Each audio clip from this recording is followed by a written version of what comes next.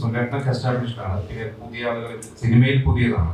അപ്പോ ഇവരെ അഭിനയിപ്പിക്കുമ്പോൾ കുറച്ച് ബുദ്ധിമുട്ടുകൾ ഉണ്ടാവുമല്ലോ പുതിയ ആളുകളെ അഭിനയിപ്പിക്കുമ്പോൾ. അപ്പൊ ഇവരെ രണ്ടുപേരെയും കൂടി ഒരുമിച്ച് അഭിനയിപ്പിക്കുമ്പോൾ അതെങ്ങനെയായിരുന്നു എത്രത്തോളം ചാലഞ്ചിങ് ആയിരുന്നു?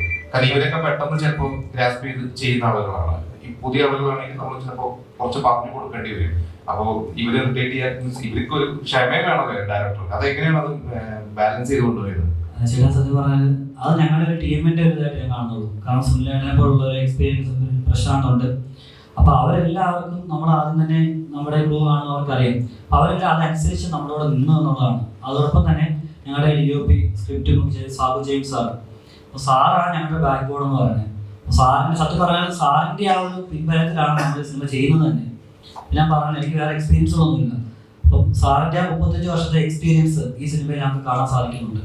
അപ്പം ആ ഒരു ധൈര്യത്തിലാണ് ഞങ്ങൾ ഈ സിനിമ എടുക്കാൻ തന്നെ തയ്യാറായതും സാറ് കൂടെ ഉണ്ട് എന്നുള്ള വിശ്വാസത്തിൽ. ഇപ്പൊ സാറ് എന്താ പറയുക, ഇപ്പൊ പുതിയ സിനിമ ഡയറക്റ്റ് ചെയ്തുകൊണ്ടിരിക്കുകയാണ്. കഴിഞ്ഞ ഷൂട്ട് തുടങ്ങി 7 സെക്കൻഡ്സ് ആണ് പേര്, കാസർഗോഡൊക്കെയാണ്. സാർ ഇപ്പൊ ഈ സിനിമയ്ക്ക് വേണ്ടി നമ്മുടെ ഇവിടെ കൂടെ ജോയിൻ ചെയ്തതാണ്. അത്രയും സപ്പോർട്ട് സാർ നമുക്ക് തരുന്നുണ്ട്. അപ്പൊ ആ ഒരു പിൻബലത്തിൽ നമുക്ക് എല്ലാം കൊണ്ട് മാനേജ് ചെയ്ത് പോകുവാനായിട്ടും നമ്മുടെ കൂടെ ഉണ്ടായിരുന്ന ആക്ടേഴ്സും ക്രൂവും എല്ലാവരും വളരെ സപ്പോർട്ടീവ് ആയിരുന്നു. എല്ലാവരും ചെറുതെന്നോ വലുതെന്നോ ഒന്നുമില്ലായിരുന്നു, ഫെമിലിയർ ആയിട്ടുള്ളവരെന്നോ അങ്ങനെയൊന്നുമില്ല. എല്ലാവർക്കും അറിയത്തില്ലാത്ത ഒരാളാണെങ്കിൽ ഇപ്പം ഉദാഹരണം റോബി ചേട്ടൻ പറയാൻ പുള്ളി ആദ്യമായിട്ട് പറഞ്ഞു കുഞ്ഞു റോള് ചെയ്തിട്ടുള്ളൂ. പക്ഷെ കുറെ 1-2 മിസ്റ്റേക്സ് വന്നപ്പം പ്രശാന്ത് ഉൾപ്പെടെ അല്ലെങ്കിൽ സുനിലേട്ടൻ, കോട്ടയം രമേശൻ അവരെല്ലാം ഉൾപ്പെടെ പറഞ്ഞു കൊടുത്ത് കറക്ഷൻസ് വരുത്തി. അത് നമുക്ക് ഭയങ്കര അനുഭവമായിരുന്നു. അവർ കറക്ഷൻസ് പറഞ്ഞു കൊടുത്ത് അവരെ കൂടെ വളർത്തുന്ന പോലെ നമുക്ക് തോന്നിയത്. അപ്പം അതൊരു ഫാമിലി ഒരു അറ്റ്മോസ്ഫിയർ ആയിട്ട് തന്നത്. അപ്പൊ അത് തന്നെയാണ് ഈ സിനിമയുടെ ഒരു പ്രധാനപ്പെട്ട ഒരു ഘടകം നമുക്ക് ഇത്രയും വരെ എത്തിക്കാൻ സാധിച്ചതെന്നുള്ളത്. അതുകൊണ്ട് അത് അത്ര വലിയ പാടായിട്ട് എനിക്ക് തോന്നിയിട്ടില്ല. പക്ഷെ ഓഫ്കോഴ്സ് ബുദ്ധിമുട്ടുള്ള കാര്യം തന്നെയാണ്, കൂടെ ഉള്ളവരെ ഡിപ്പെൻഡ് ചെയ്തിരിക്കും.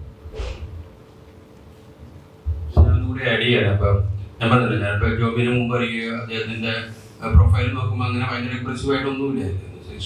പിന്നെ കണ്ടന്റാണ് എന്നെ അട്രാക്ട് ചെയ്തത്. അപ്പം നമ്മൾ ഇങ്ങനത്തെ തീരുമാനങ്ങൾ ഇങ്ങനത്തെ സിനിമയിൽ പോകുമ്പോൾ ഇതൊക്കെ നമ്മൾ സ്ഥിരം അനുഭവിക്കുന്നത് നമ്മൾ കാണുന്നതൊക്കെയാണ്. അപ്പം ആ തരത്തിൽ നമുക്ക് നമ്മൾ മാനേജ് ചെയ്യും. പക്ഷെ ജോബി ഒരുവിധം ഹോംവർക്ക് ചെയ്തും ഒരുവിധം എന്താ പറയുക അവൈലബിൾ റിസോഴ്സൊക്കെ നന്നായി ഉപയോഗിച്ചതായിട്ട് എനിക്ക് തോന്നി.